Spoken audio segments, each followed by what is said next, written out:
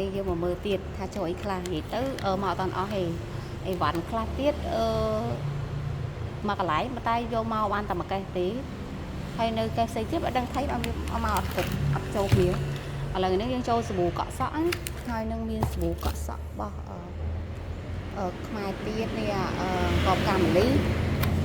ហើយចូលបានអីគេថ្នាំអប់ក្លិនហើយចូលបានសាប៊ូលាងចាននេះថ្ងៃហ្នឹងចូលបានប្រហែលមុខនឹងឯងនឹងហើយមួយចង់មកទិញអាចមកទិញបាននេះមានម៉ានុកនឹងចូលស្តុកថ្ងៃហ្នឹងនៅផ្សេងទៀតស្ងើរឿងទឹកប្រទេសនេះមកនេះ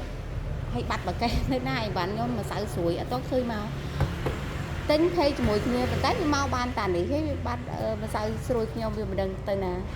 មកបានតែប៉ុណ្្នឹងហើយមួយចង់មកទិញអីឬក៏ត្រូវការគ្រឿងក្អូបត្រូវការគ្រឿងចាប់ពួយអីរបស់ញ៉ាំអីមកទិញបាននៅនឹងមានគ្រប់មុខអរគុណច្រើនទាំងអស់គ្នាអរគុណ